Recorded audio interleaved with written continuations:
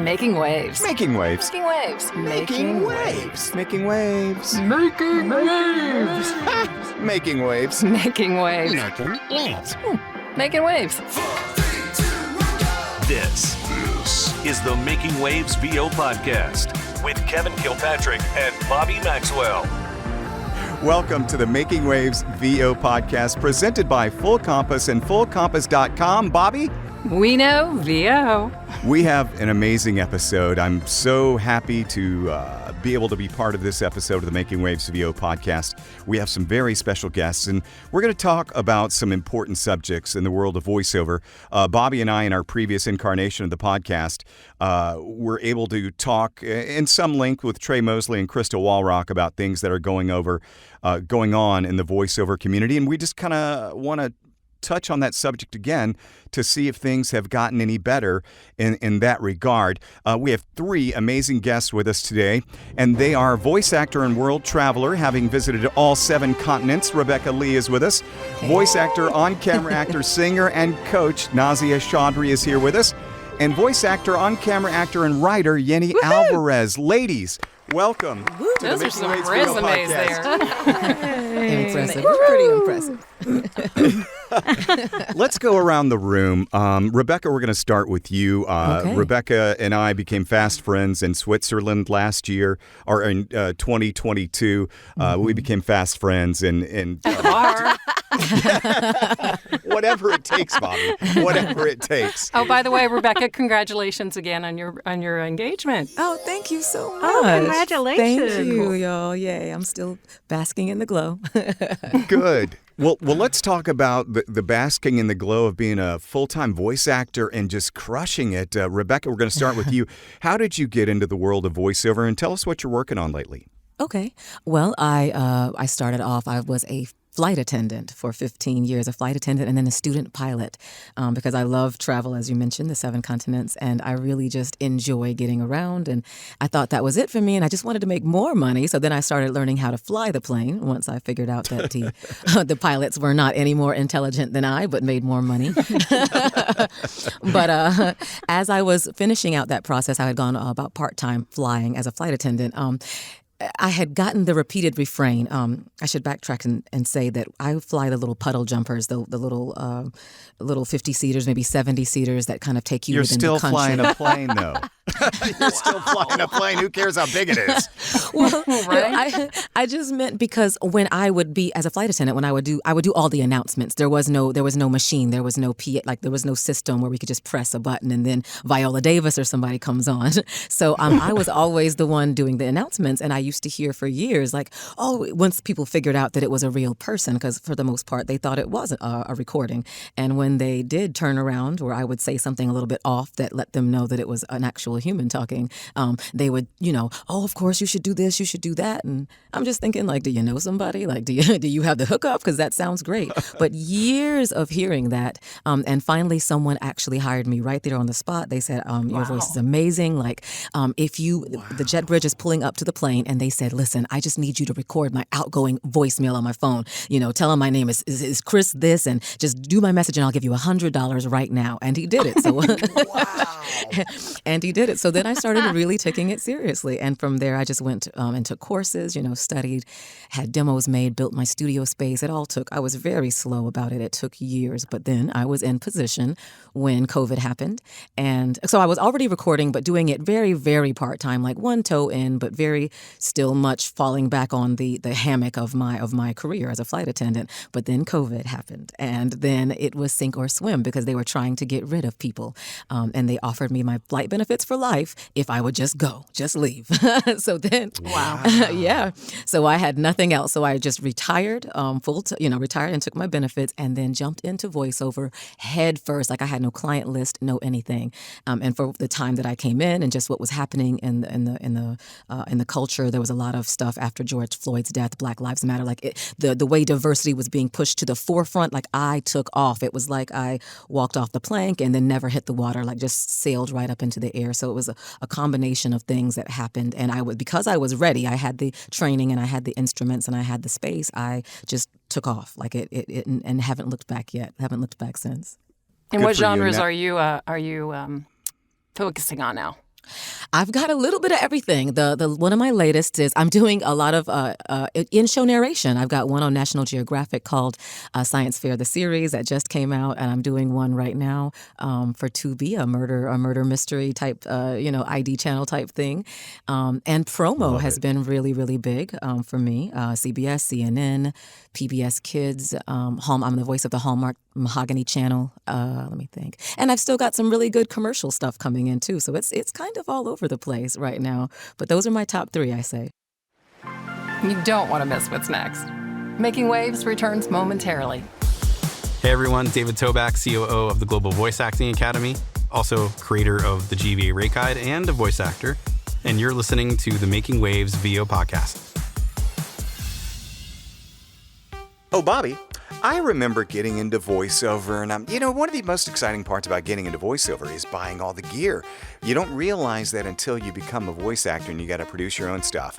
And you go, ooh, this part should be fun. But then you go, I have not a clue on what I'm supposed to buy. Exactly. That's why you trust your good friends at Full Compass, fullcompass.com. They know VO there, and you're going to have a great selection of pro audio gear, and you're going to get a lot of good help. And there's a lot of good attributes that go along with buying from Full Compass. Yeah, so if you're not really sure when you got the piece of equipment and you have questions about it, they have a free 2-year service or repair plan. They have free shipping on orders over $49. I love that. I think my favorite thing is the low price guarantee, because you just never know. You said a second ago that you're getting into this and you don't know what you need, but how about, do you know if you're paying the right price for it? So you don't have to worry about that when you shop at fullcompass.com. They'll guarantee to match the price on the products they sell for new, identical, and immediately available products offered at a lower price. They have flexible financing, Bobby, and they also have free expert assistance, and that's why we say we know VO at Full Compass. Everything from microphones to interfaces to headphones to mic booms, they've got it. If you have any questions and you're more old school and you want to call them on the phone, you can call Full Compass at 800-356-5844. Full Compass and fullcompass.com. We know VO. Making Waves returns. Good for you, Rebecca. I love hearing that. All right, we got more coming up with Rebecca in just a second. Nazia, let's go with you. I understand you were a singer and you do on camera. Tell us about your voiceover journey and how you got into it and what you're working on lately. Yeah, so I started off, I was an opera singer in my undergrad. I was a violinist prior to that, growing up, and I did take opera and was doing drama also in high school. I remember doing biology and thinking, wow, I think I want to be a doctor. And then just getting really, really nervous and squeamish when we had to dissect frogs. And that was horrible. So I was like, okay, I'm not going to be a doctor. So I took this elective for radio. And I thought it was interesting. And I loved it. I thought it was awesome. It was sort of like an introduction, I guess, to voiceover in a way. But I didn't think of it that way. I just was like, oh, this is really neat. I love music and I love chatting with people. And this is kind of fun. Fast forward, finished college, got my degree in music. And I moved to Washington, D.C. And I was doing opera, musical theater, live stage plays, like legit theater. And, was singing, in studios, doing demos and things like that. I fell into voiceover. I saw an ad in the paper for an agency down the street in the DC area that was looking for assistants for this on-camera agency, and I didn't know they did voiceover. I just kind of was like, oh, let me check this out in the meantime while I'm performing, because I always thought, that would be a good backup plan. We'll see how that goes. See how it is on, on the business end of things and working with talent. And I just remember filing some CDs and I was doing on camera at the time. I just kind of fell into that as well. They were like, hey, Naz, we need more diversity. You want to come in and do this? You've taken theater. I'm like, yeah, sure. Why not? So, I happened to kind of have a knack for that. And when I was filing those CDs in the back that same day, I was like, what do we do with these? Like, I wasn't sure where to file these.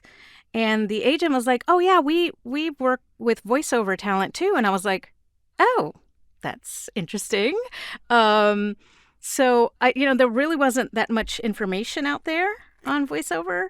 So I kind of just was like trying to look it up on the internet because things sort of just, internet researching was new, I guess, at the time. Yeah. And I couldn't find anything. I just remember coming back and being like, oh, wow, I could be like a Disney princess. I could sing, act, and be in the voiceover thing. And I think that's the first thing we think of when we think voiceover is like animation, right? Yes. And I was like, oh, that's so fun. Okay, so when I got back, I was like, hey, I'd love to, check out one of the voiceover auditions. And the agent was like, sure, why not? I could feel her rolling her eyes, even though she wasn't. I just was like, oh my God, like, I don't, what else could she say? She could say no, right? She could just be like, oh, we'll give it some time. But no, she sent me on it, and it was for National Geographic. I booked it. And I was like, oh, shoot, I've never done voiceover.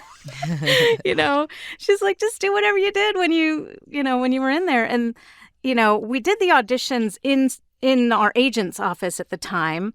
So that was the simple part. And we didn't have to deal with editing and producing our own stuff, which was nice, right? Right. That was, back in the heyday.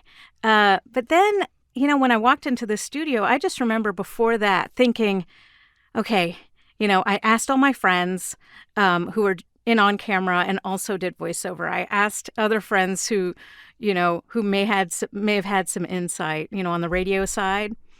And I was just like, just go for it and do it. And that was it. I mean, I just loved it. It didn't matter what color I was.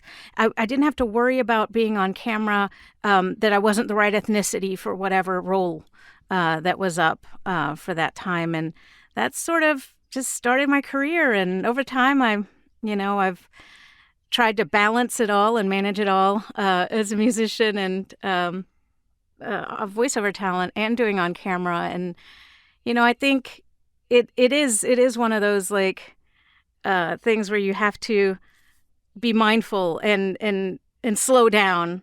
It was only until recently I started to slow down, and that's only because I was forced to, for health reasons. But going through this journey, I love voiceover, and I just love being able to express myself in different ways, as a character or, just behind the mic, doing a commercial or something. But of course, my love is still music. I did get my master's in jazz voice, so that's always still been a passion of mine. My goal one day is to be a singing character. Although I'm on a show right now, an animated series where the show is a singing show, my character doesn't sing. So, Seriously? So close, but no cigar. This is Tracy Thibodeau, and you've got the best VO podcast in all the land right here. The Making Waves VO podcast with Kevin and Bobby. Enjoy. Well, let's go to Yeni Alvarez. Yeni, you've done a ton of Spanish language stuff, obviously. Would you tell us about how that led you to voiceover work? Absolutely. So I started working in musical theater and theater in Miami and in New York, but the dream is always to come to LA because in Miami you can't really make a living as an actor. So I moved to LA and I was acting on camera. My first audition in LA was for a show called Los Beltran, which was that Archie Bunker show, but in Spanish and with amazing people. All in the family. I love that. I love with that amazing concept. people directing and And behind the camera and the creatives are just Carlos Bermudez and Mike Milligan came from the American market. So everything was done like the American market. It was the first sitcom that was union for the Spanish market. That started the ball rolling for everything else to become union. So my very first audition was for that show, and I booked it. And I thought, this is great. First of all, sitcom has the best hours on television. That's one of the best things about working on camera. And I didn't think that I could do VO. I didn't think it was a career because I didn't hear anybody with my accent in the American market. And it didn't translate because I was like, okay, wait a minute, but they're Spanish too. How much are they getting paid? What's going on? And in Miami, I had done a few voiceovers, and I was dating this guy who, right before I left, put all my stuff in one tape and put it in my hand and basically forced me to bring it to LA and said, you're going to use this. You're going to need this. Take this. Best gift anybody ever gave me for my career. Wow. Cut to the casting director for Los Beltrán. Said, hey, I know this person. If you have a voiceover tape, because I went to him thinking, wait a minute, can I actually do this? And he sent me to the first agent that signed me up with this tape that I had brought from Miami. So that started my career in voiceover, and I started working in voiceover, and I would see that my voiceover money was supplementing my on-camera career. And at the time in on-camera, I was auditioning and booking, but everything I was booking was like the paralegal, the police officer. There were guest stars. There were no principals that looked like me. There were no, and when they had the sidekicks, we were always lumped in with everything, like all the minorities together. They had like everybody was American, and then you would have the sidekick, and it would be Asian, African American, and Latinos. So at the time, I saw my money going up, and I saw like, wait a minute, I can audition from LA, and I don't have to drive, in the middle of traffic at 5 p.m., go to Santa Monica, 2 hours for a 15-minute audition against 400 other people, and then go back for the callback? Hold up a second. So I started doing a lot more VO. My career in VO was growing, and a lot less on camera until I finally said, this is it, and stopped doing theatrical and stopped doing on camera altogether, and just concentrated on voiceover.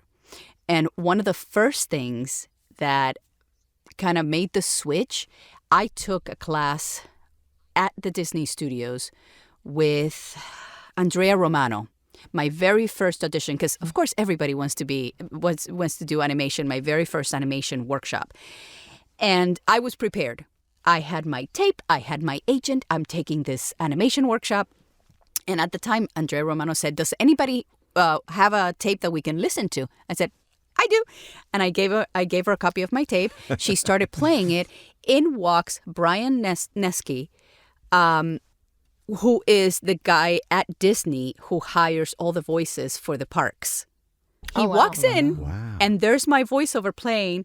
And after he talks, he goes, hey, hi, how are you? Oh, this is a great voice. He looked at me, he goes, do you have a tape? And out of my pocket comes in another CD. Here you go. Yes, I do. You gotta be prepared. Preparation, opportunity equals Stay success. ready. And that also helped out a lot in my career.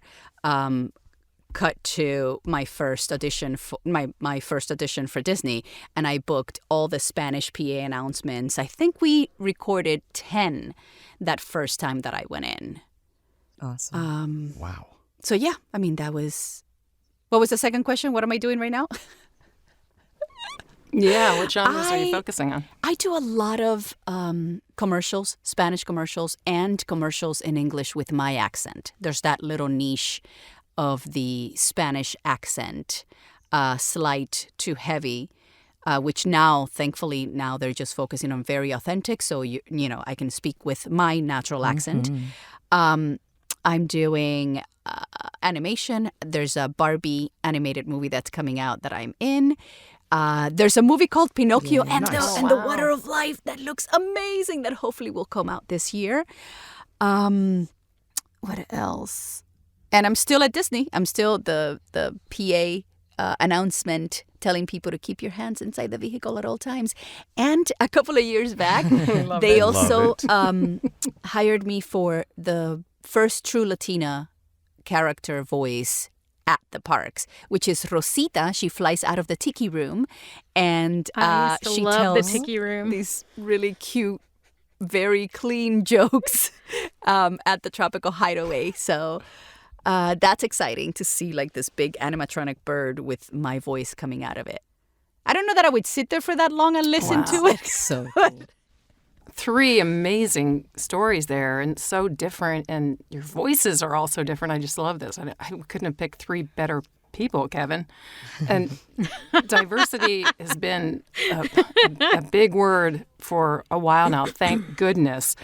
Even, what's his name, Anthony Anderson last night in the Emmys was talking about diversity. I think he called it the chocolate Emmys, didn't he? I think he did. So I guess my question for all 3 of you, how have things changed in VO for you, for women in color overall in the past, say, 5 years? I know you kind of hit on it a little bit, but as far as agents and getting the gigs. And Rebecca, do you want to start off? Sure.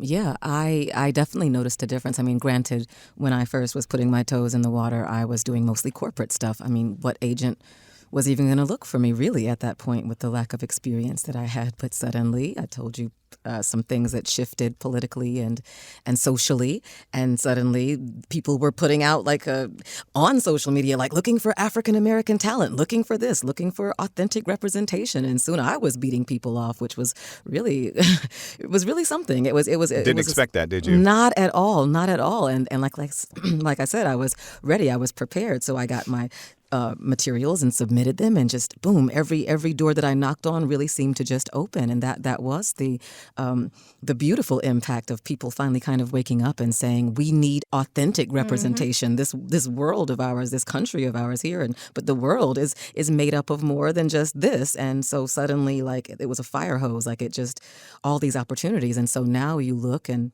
even in the materials that I'm receiving for auditions, it's very clear about wanting authentic representation, wanting BIPOC or POC or this or that. Like, they're very clear about it. And it really feels good. It's about time. And, you know, the buzzword of the day when I do my corporate is DEI, right? Like, that's diversity, equity, inclusion. That's all anyone's talking about. Mm-hmm. Sometimes it's, you know, you can be aware that it is performative, and I don't. I sometimes I'm thinking that as I'm reading some of this stuff, but whatever it is, performative or authentic, it is a good time. It's a good opportunity. It's a long time coming, and it's, you know, it's a good space to be in now. Finally able to be heard and represented in big brands, not just the sidekick and stuff like that. So yeah, things have shifted in a major way, and they've been incredibly impactful and for me incredibly positive. Hey. This is international award-winning voice actor Krista Walrock, and you're listening to the Making Waves VO podcast with Kevin Kilpatrick and Bobby Maxwell. Nazia, how about you? In particular, like getting agents, has that been a change in the past 5 years, or was that always kind of easy for you? I've noticed, I've noticed a change in agents, taking on more people of color, so to speak, on their rosters. And I think that's a good thing. And, you know, like Rebecca was saying, it's about time.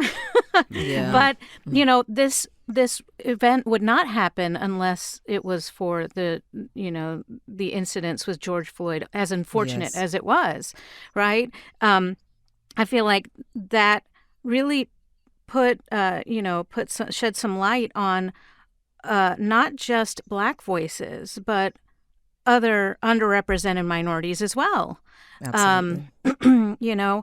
And it's funny because I've had a friend, a Black friend, and she told me, "How do you feel about what's going on with George Floyd?" And I said, "I don't know how to feel. I'm not Black." And she said, "Naz, you're a person of color. You know, this is why you have these feelings." And I was like, oh, okay, like I didn't know that I had a voice in this as well at that time. But to see the change, I think, is remarkable. I feel like we need more of it.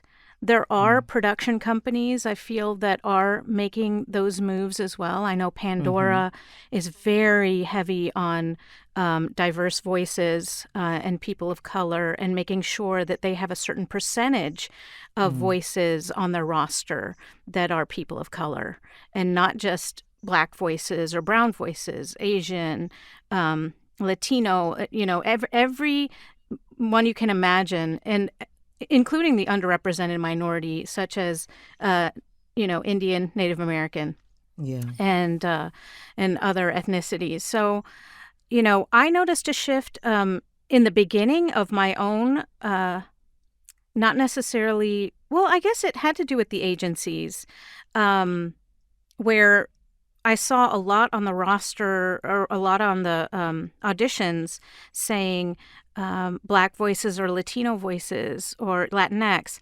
And I just felt like, oh my gosh, like what about, or they would say Asian. And when they said Asian, they meant East Asian.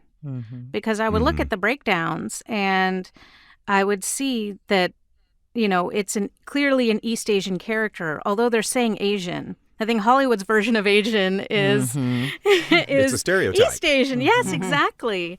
So I felt like I got left out of a lot of castings, as well as Arab Americans. My kids are half Arab and half Pakistani. So I noticed it was really hard. Those breakdowns weren't coming in anymore because my kids also do voiceover. So, I was a little frustrated in the beginning, but I felt like, this is time for a lot of us. So I'm just going to wait my turn, I'm just going to lay low and do what I need to do. But I did notice a big change. And now I'm starting to see, like I just saw 2 breakdowns that said Asian or Latinx, which I know Yeni might be able to, expand on the use of Latinx, on breakdowns. But I saw this and I thought, okay, let me look at the breakdown. This is exciting. Okay, Asian or Latinx. And this was out of 24 or 25 characters. And then I was like, oh, clearly the picture shows an East Asian character and shows an East Asian name.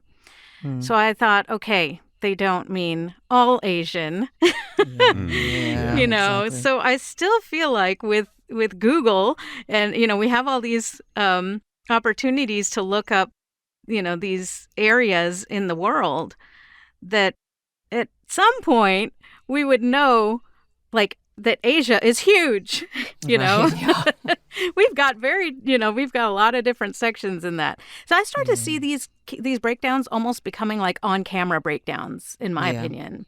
I don't know about you ladies. I know I've heard, from my fellow people of color that is also some of the feeling, but I'll let everyone else expand on that.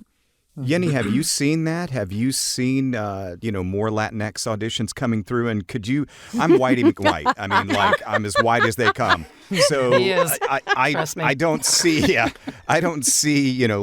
I don't see Asian, East Asian, West Asian, Black or anything like that. So what have you seen coming through from your agents and auditions? Well, to tell you the truth, I started looking at the trends, and I knew it was coming when Obama got into the White House. And I knew that it was going to trickle down and we're going to start seeing more African-American voices and more African-Americans represented on television. And it started happening little by little. And that's when I started seeing principals that were African-American.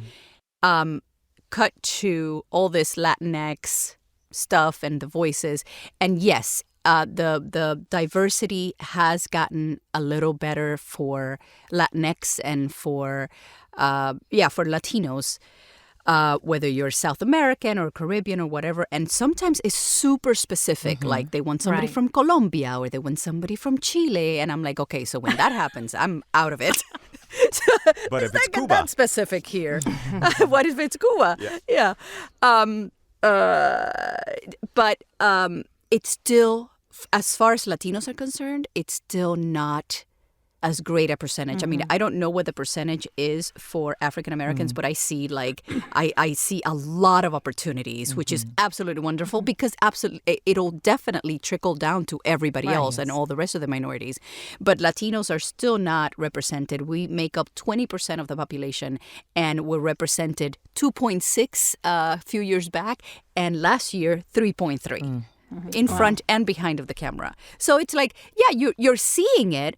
But the way I look at it is like it's still not as much as it should be. And sometimes we do all get lumped in to, one category. Right.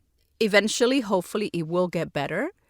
I think it comes down to us making ourselves aware of what's going on, the trends. And it comes down to education. A lot of the castings that come in don't really know what they're looking for. And thank God that it says open ethnicity. Right. So when that happens, I'm like, okay, I'm going to give you something that hopefully you'll like.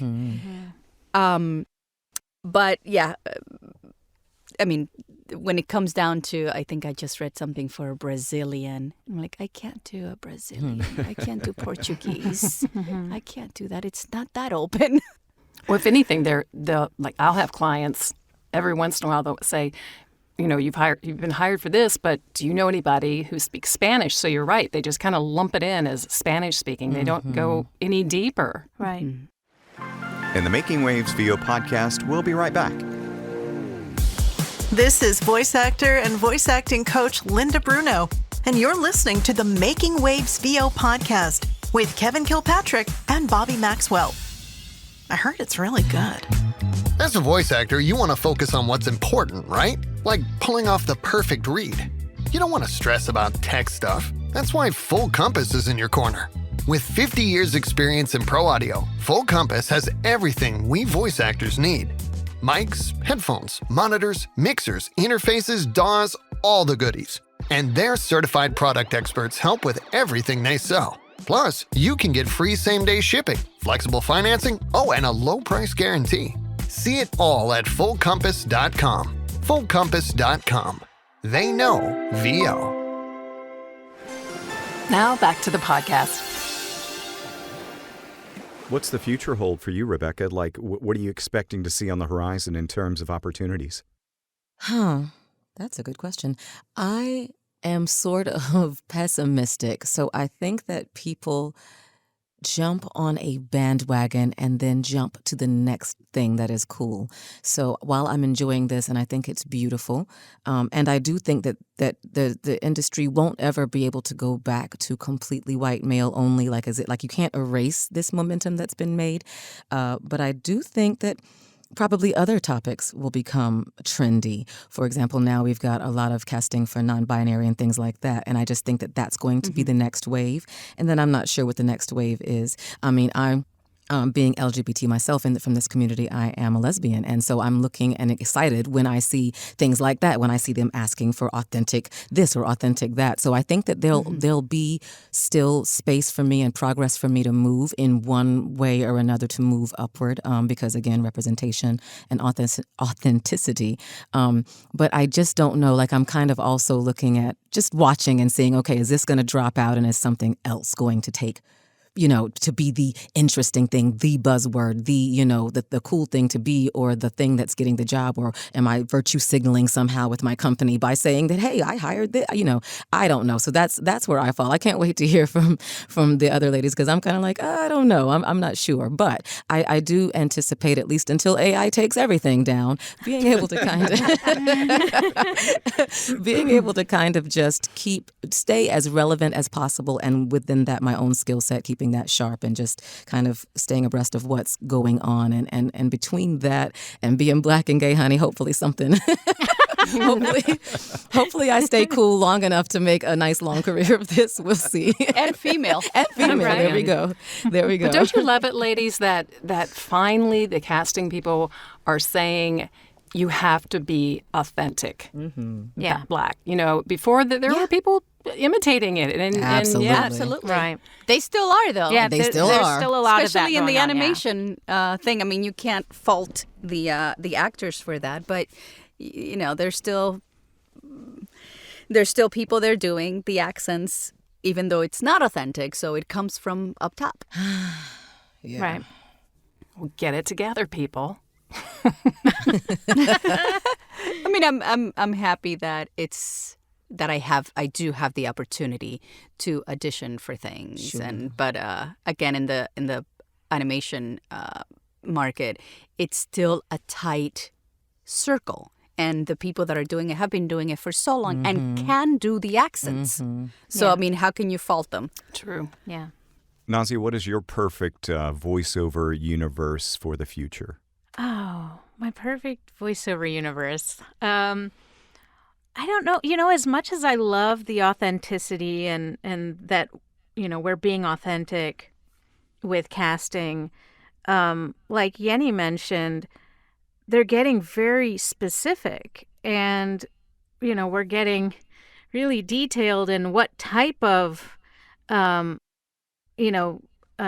type of ethnicity, or ethnicity within the ethnicity, like, we're really getting, I don't know, a little too detailed about it. And like I said, I just saw a breakdown. It must have been 25 characters.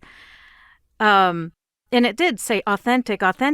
They were looking for authentic. However, they did say in the breakdown that this was a made-up place. So they essentially, it's weird.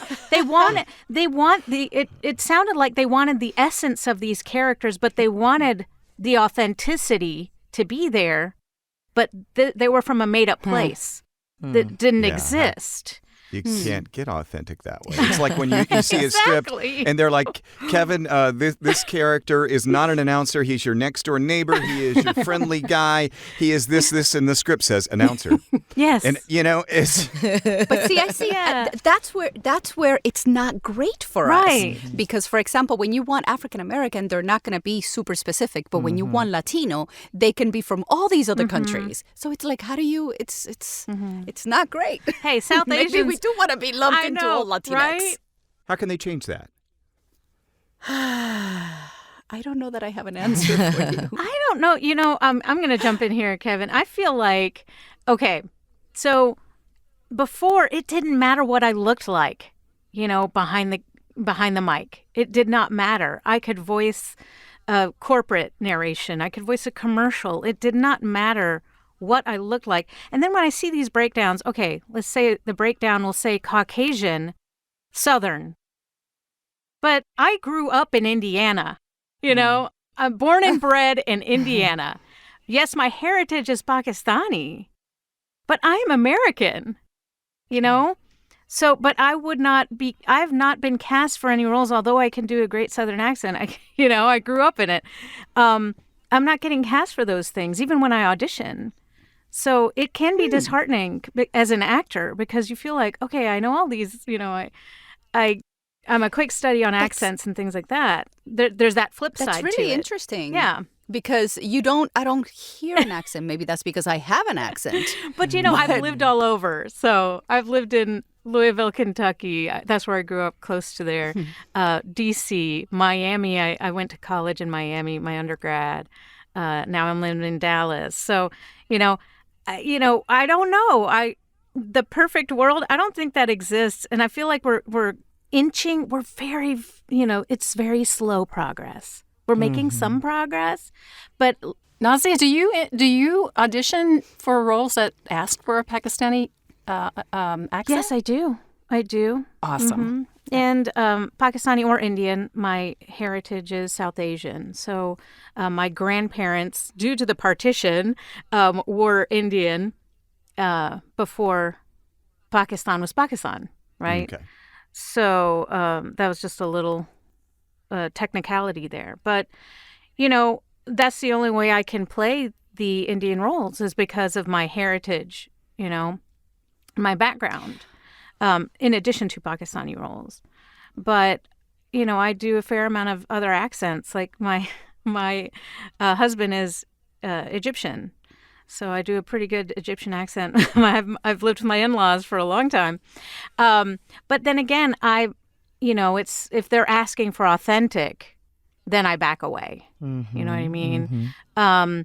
But I see some of my counterparts who I did see the breakdown for authenticity, and they might be a South Asian person doing the Arab American role or Arab voice, or an Egyptian accent. So that makes me question, well, why didn't I audition for that? Mm-hmm. Because I was trying to follow the rules, right? Mm-hmm. So it's hard to draw that line as the actor or as the authentic person, right? And I also wanted to, if I may, contribute, because while it sounds incredibly difficult and frustrating, the more we niche down with authenticity, I would be remiss not to say that as a Black person, that is been made this catch-all, and it is, it's you're Black, you're fine, because it's not, we don't have, right, African Americans, we don't have countries that we know of to come from and things like that. We have no idea, but we have culture, we have cities, and so it might be a regional Black accent or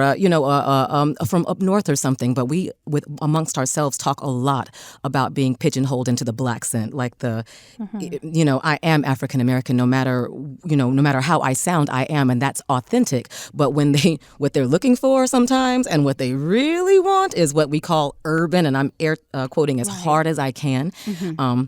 I mean, I'm air quoting as hard as I can, because a lot of times people want that, and they don't know how to say it. At least people have learned not to say, get more, sassy, get more this. Like, there's just no good Rebecca, way. They're saying, could you be more Black? Exactly. That's what we're saying. Exactly. Whitey McWhite says, can you be more Black for us? Oh, wow. And so I just wanted to put that out there too, that it's not, I don't think it's nearly as when I hear niche, Southeast Asian versus, I can only imagine the frustration. But I will say that we have a different kind, but the same kind of problem, where they've put this big, just be Black, just sound Black, just do that. And it's like, well, And for Latinos, can you dial up your accent? Yeah, see, it's like that. Oh my God. It's like that. So that's still very prevalent, incredibly prevalent. Yeah, so it's still a thing. I get it, sisters. I get it. How do you reply to something like that in direction, Rebecca? It depends on how much they're paying, baby. Sometimes you just dial it up. Dial it right on up. Yeah. I got it all. I'll be like, where do you want me to take it? This is the Making Waves VO podcast with Kevin Kilpatrick and Bobby Maxwell. I'm George Washington III, voice actor, and I know they appreciate you listening. Before we wrap things up, I have a question for you, all three of you. We'll start with Yeni. What is your dream job? What is my dream job? Well, a few years back, I would have told you I wanted to be the voice of the Sci-Fi Channel. I am sci-fi. Yes. Because that's what I used to watch all the time. All sci-fi, all day. Right now, the things I've done a lot of my dream jobs. Like, I work for Disney. My voice is at the parks forever and ever.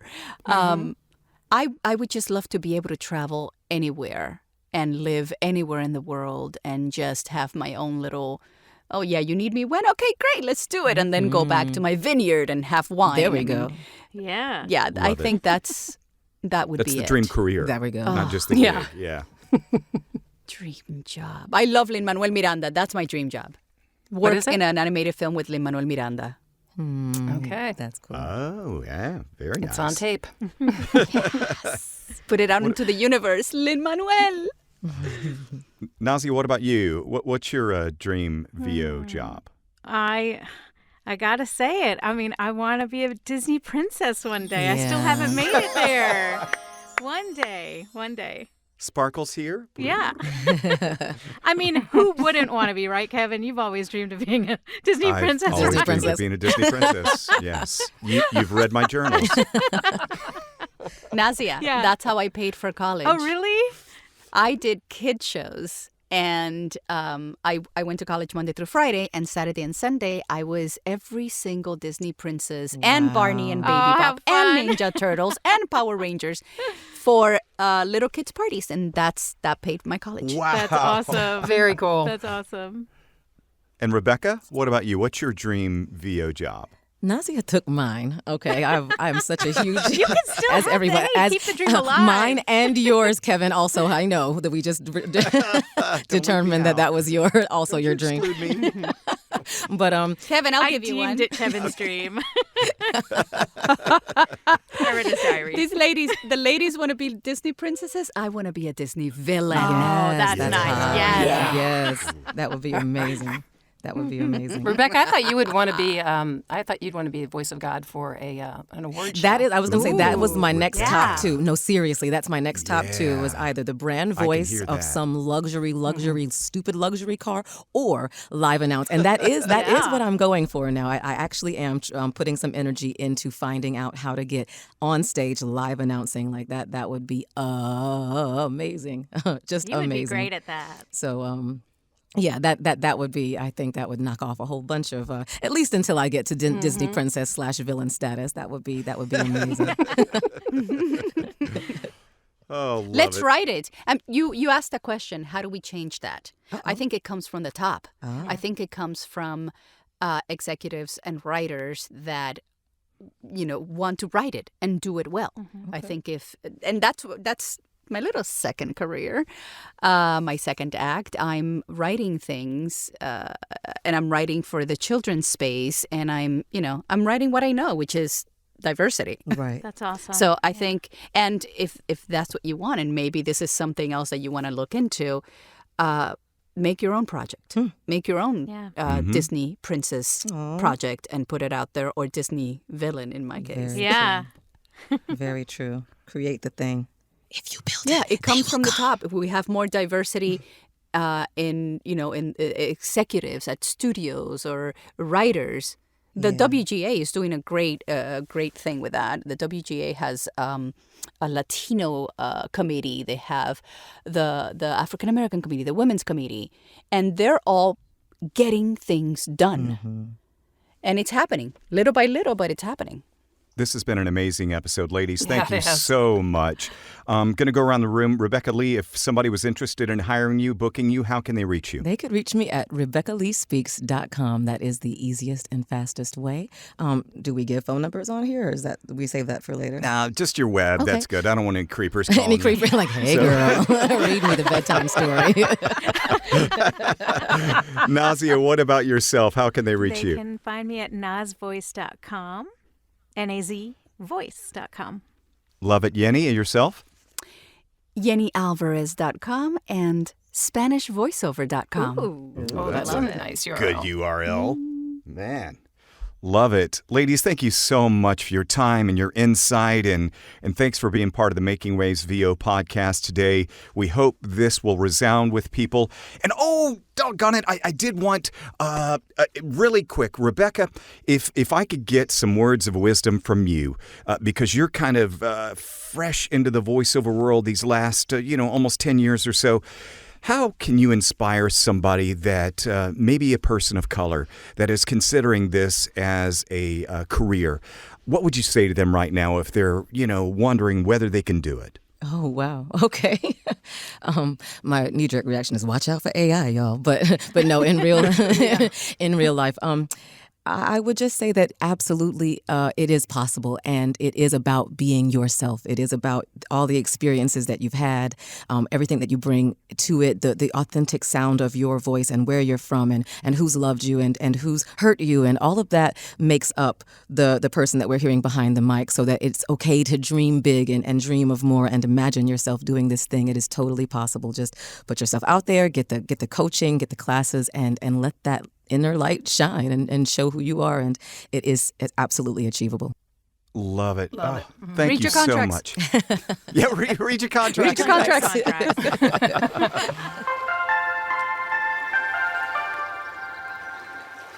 Bobby, that was eye-opening. Yeah. Yeah, definitely. Expected it, but it was even better than I expected. Yeah, and I guess I've got hope, that this trend can continue for diversity and inclusion to keep going. I hope it does. I know Rebecca's a little bit pessimistic, but she's, of course, a little guarded and, cautiously optimistic probably about the trend continuing. Yeah, yeah. Really, really good episode. The Making Waves VO podcast, presented by Full Compass and fullcompass.com. We know VO. See you next time. The Making Waves VO podcast is produced by K2 Media Productions with hosts Kevin Kilpatrick and Bobby Maxwell. Sound design and editing by Jason Traver. Production assistance by Lacey Deline. Publicity and social media by Shannon Scott and Silas Phillips. Be sure to subscribe to the Making Waves VO podcast on your favorite platform. For all episodes, merchandise, gear, and more, visit makingwavesvo.com. Until next time, I'm AJ McKay. Keep making waves.